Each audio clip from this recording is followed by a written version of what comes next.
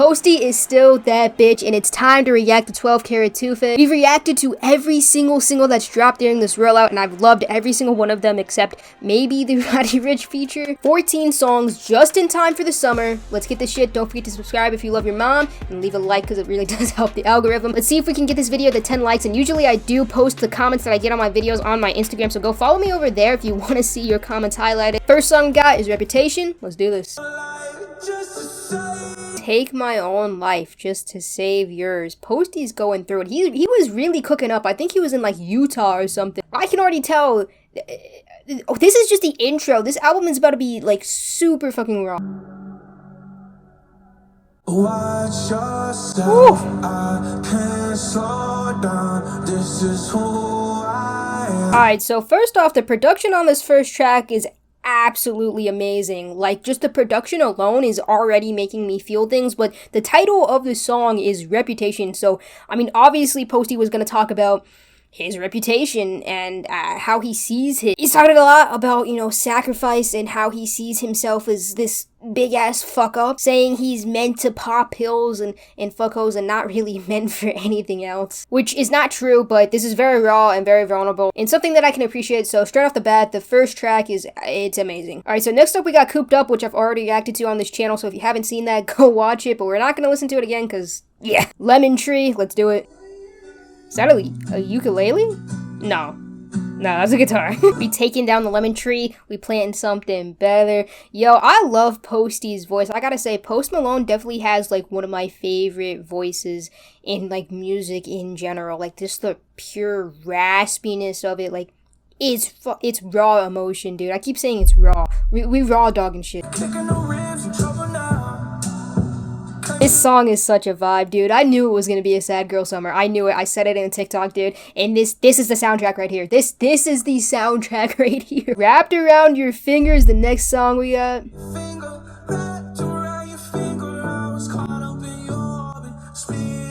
Sounds a little, this one definitely sounds a little bit more, I mean, we're like 10 seconds in, but it sounds like it's gonna be a little more lighthearted.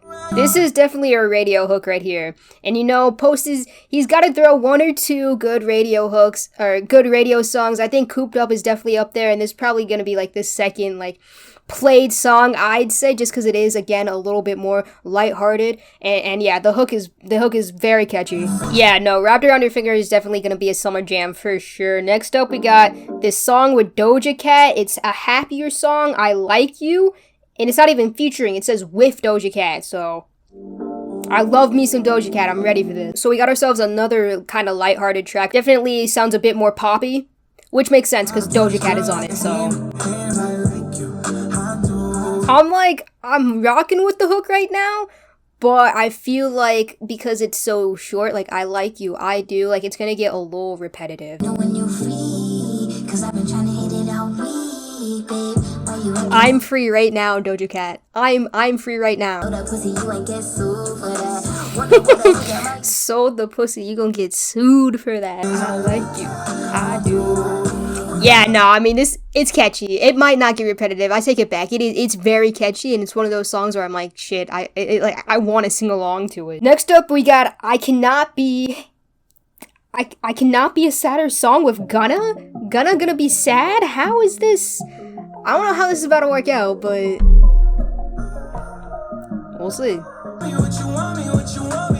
Oh, dude, I think I said it wrong in the beginning. The song is I Cannot Be. So I'm dyslexic. Anyways, Mans is going through it. Mans is finally coming to his senses and realizing that this bitch is not it. This bitch is holding him too tight, holding him back.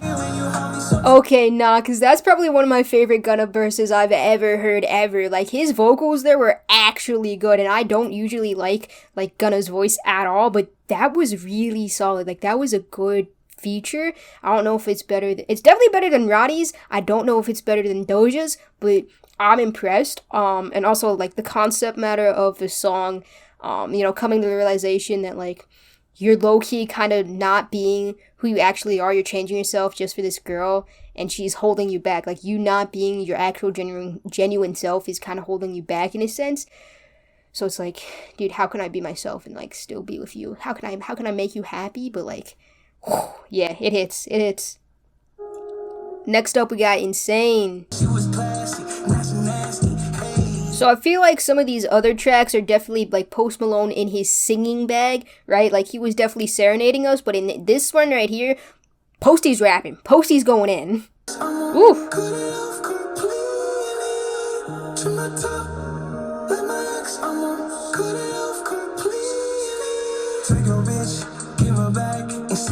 I don't know how I feel about that voice effect there. Like I said, I prefer like the raspy Post voice, so I don't know how I feel about that. If it's auto-tune, I don't know what it is, but eh.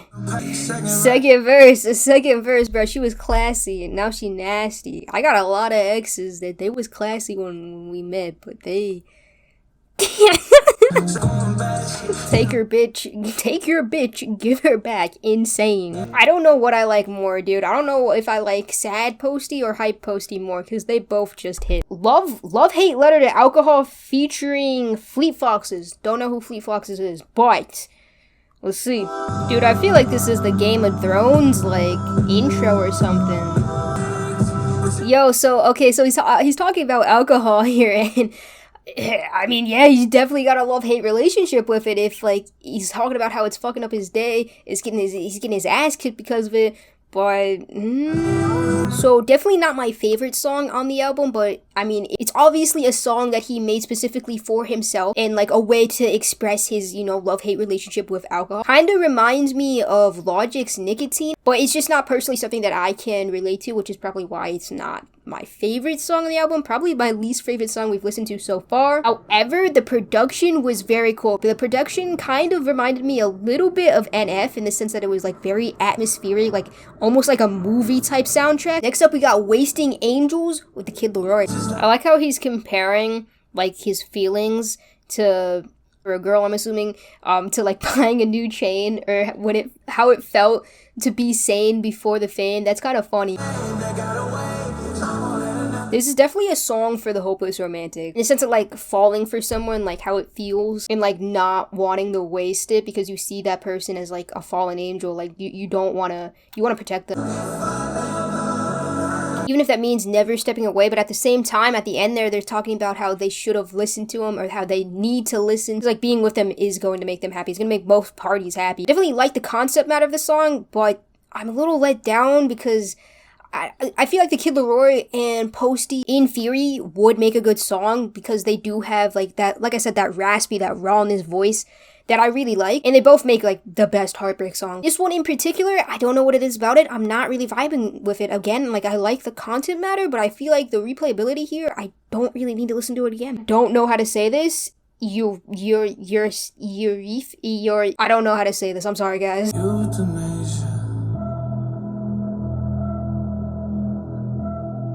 So apparently it's pronounced euthanasia. That's good to know. This one is a little bit of a shorter track, I feel like. The production here is off the wall, insane. Fucking love it. But, I mean, as far as the content matter goes, again, it is, of course, personal to Post Malone, but not necessarily something that I can relate to. But again, I can definitely appreciate, like, the vulnerability and the rawness in this track. Next up, we got When I'm Alone. Okay. This one sounds like it's got a little rock feel to it. Ooh, nah, the switch up there, because this definitely has a pop-punk feel to it, and I love Post Malone in his pop-punk bag, bruh. But he's about to go in. When I'm alone, pretend to let you go, just let me know who to blame. This is a song that I will indeed have on repeat, proudly. To Sad Girl Summer. Waiting for a Miracle.